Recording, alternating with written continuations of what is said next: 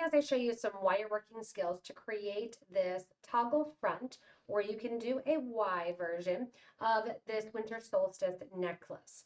It is really going to work on your wire working skills, working with a thinner 24 gauge wire and featuring some of our new Athenacast, which this one is great because it's a double-sided sun, moon, and a little stars as well on there too. So if you need any materials, which this happens to be in your kit box for January, if you didn't get that, check below the video in the description. We'll put links to get back to our website. Gather up your materials and your pliers, and let's get ready to get started.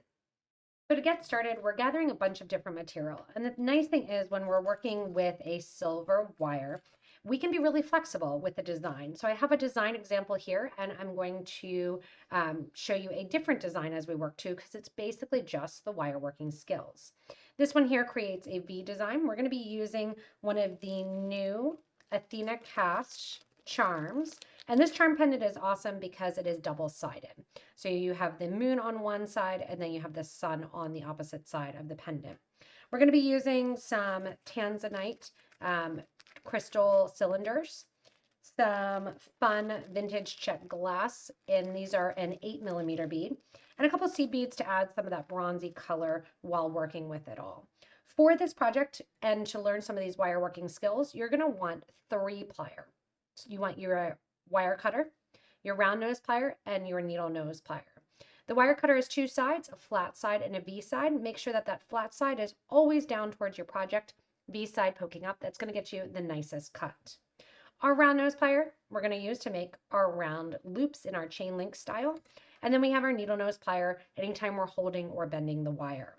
I bought a toggle clasp here, which you can use for a long Y necklace like this that we're working on, or you can use, I'm going to put the toggle in the front as the focus of the design as we design this other version. Now, again, with the wire, it's really nice that you can change it up and you can do it however you feel like. You can put all the big beads towards the bottom and the smaller beads at the top. You can completely ignore the big beads and just go for smaller. You could do a cluster of beads here, throwing in some head pins as well. Lots of options, and I'm going to show you how to make a beautiful coiled link to connect these all together and show you how we are going to link our pendant here, our Athenacast pendant, to our toggle, or also show you how you can connect and make the Y. So to begin, the first thing I'm going to do, since I'm using the toggle in the front, is show you how to create a link to attach the pendant to my toggle loop. If you want to just attach it to another link, you're going to do the exact same steps. So I have some wire here, and I'm going to work with a manageable amount. That's up to you how much that is. I usually like to work with about 6 to 8 inches because I know I can do several links and loops with them and not have a ton of waste. The first thing after cutting off that with my wire cutter is to grab a round nose plier. The round nose plier, I'm going to leave about a 1/2 inch here of wire, and I'm going to make a loop. I'm going to also use this to determine if I like the size of the loop, since this is kind of a single link at the bottom. Once I determine if I like that size of the loop, a good little trick is to take your Sharpie marker and mark on your round nose pliers exactly where you're holding. So that way, every loop is a consistent size to get that nice chain link effect. I'm holding the wire here coming out through the back of my round nose plier. You can do this if you want to get a nicer loop with your needle nose plier and bend back 90 degrees, or you can get a little lazy and hold with your round nose pliers with it coming straight out the back, hold below, and bend those pliers to the back 90 degree. This is just a faster way of doing it. When you're learning, it's nice to do that first bend with your needle nose plier. From here, you are going to want to have this be your view. You want to have it viewed to you in your eyes here. You can see both jaws of the pliers. Your longer wire is hanging down, your shorter wire is sticking out the back of the plier, and you really shouldn't see it. I'm going to turn it so you can see what's happening, but that's not the original view that you'll get. From here, this wire, the shorter wire, that 1/2 inch that we left, is going to come over the top of the round nose pliers. Where you hold along the round nose plier is going to give you that size loop that you want. Switch from the top jaw here that you just bent around and stopped when you hit the other wire to the bottom jaw.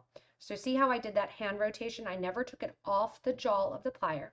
I just opened it up ever so slightly, rotated it, and I close it up again.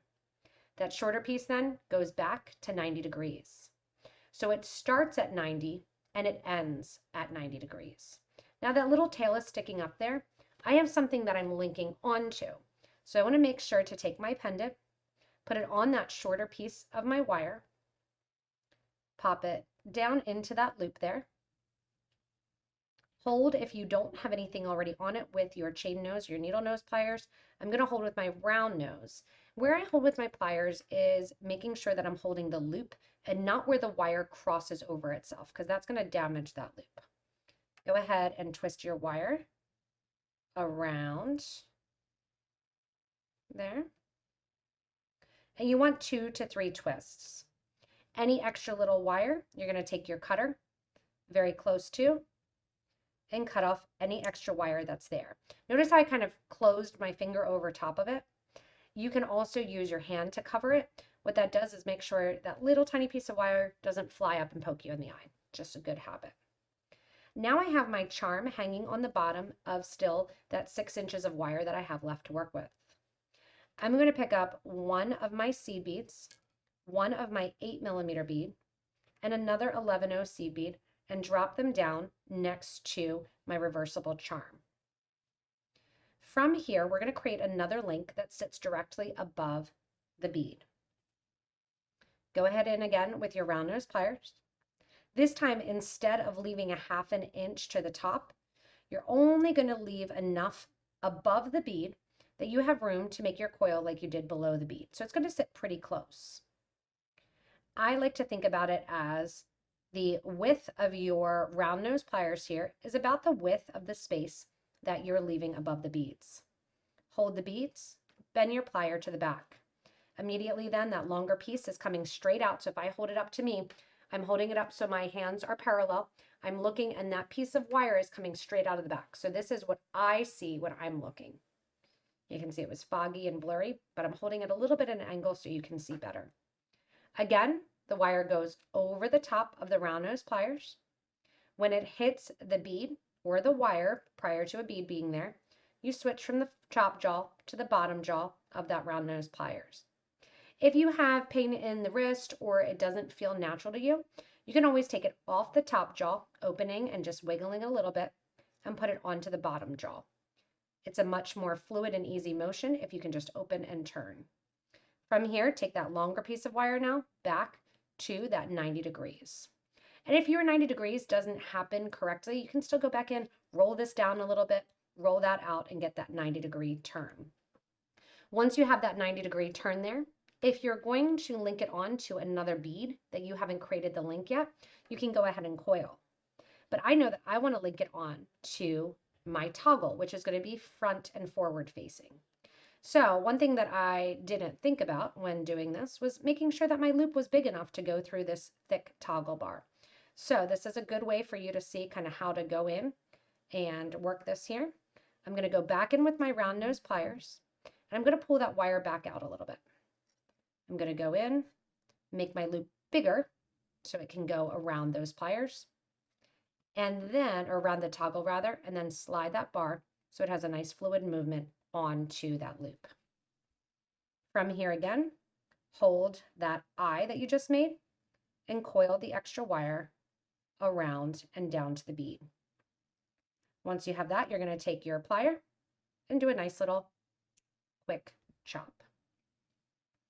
From here, when you put the necklace on, this will hang down in the front. You'll feed your toggle bar through the toggle, and we're going to create beads to get that same Y design that we did on the sample piece here, but using the toggle front forward facing instead of back.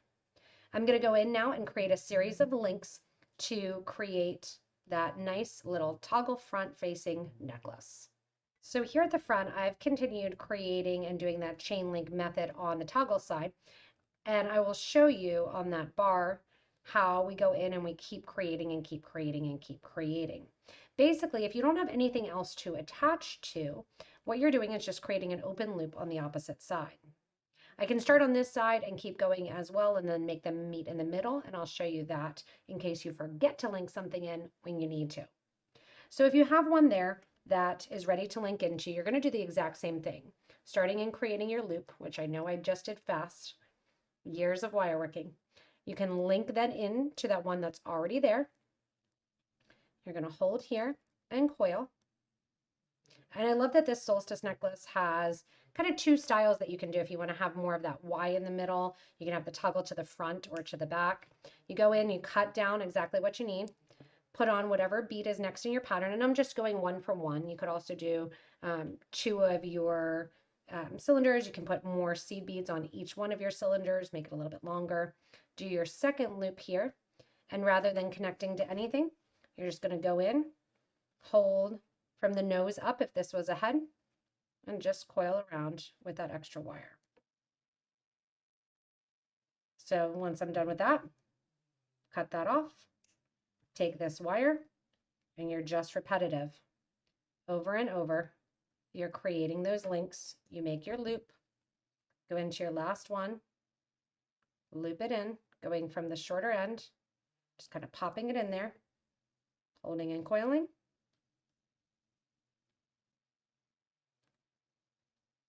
Cutting off the extra, and then adding your next bead in your order. So if you have a case where you started working from both sides, or say you want to use go on both sides and then just use the cylinders in the back since it's at the back of the necklace and save some of the round ones for earrings, you can totally do that. But if you have 2 loops, basically you're just creating a link. So you're just going to go in here, turn your wire to the side, go on in, create your loop, and link it in. After you coil and add your bead, which I'm going to do now.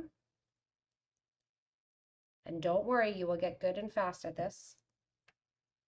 And I leave just a little bit, but if you need to leave a little bit extra, you can do so. You can also stick some chain in the back for a nice comfortable wear when you have the toggle in the front, or even if you're doing the Y necklace. Nice little idea to stick the chain in the back. All right, that also can save you some time when it comes to doing your coiling. Here now what you want to do is make sure when you have your next loop, go ahead to finish it off, linking those 2 together, right in, and creating that last little link here. And that finishes up my necklace then, because I've started on both sides to make this nice little 18-inch necklace, creating the charm at the bottom. Now what happens if you decide and say, hey, I want to do the Y to the front, do a little bit of chain in the back? For this, all I did was put 2 loops inside of 1 link. So here I have 1 and 2 links. Into those 2 links, I attached 2 more links. So the 2 links are coming off of 1 loop here. When I do that, you can see it almost looks like a link in itself, linking those 2 together and then building on. You could do this even further up if you want to. Make it a fun little window charm or a window hanger with this little Solstice pendant, and have fun making the wire working really unique and individual to whatever style you want. Towards the front, remember, if you use that toggle, always a good idea to use a smaller bead if you're using a toggle bar, because you want that to fit nice and comfortably in. If you have a bigger bead there, it might get a little bit stuck. So that's why I did the smaller beads towards the portion in the front of the necklace. Thanks so much for joining me to create this fun Athenacast winter solstice necklace. You can see that you can have the sun on one side and you get the moon on the other side, flipping over with that front toggle. Remember, if you do want to create and you're saying, hey, I want these beads to make this front toggled necklace, you can go in and look below the video in the description. That description will take you back to our website, and from there you can look at all the supplies, gather them into your cart. If you haven't yet already, make sure you hit that subscribe button as well so you don't miss anything from us here at PotomacBeads. Have fun, box subscribers, getting this kit, and if you haven't, click that box to subscribe. Thanks, guys. Bye.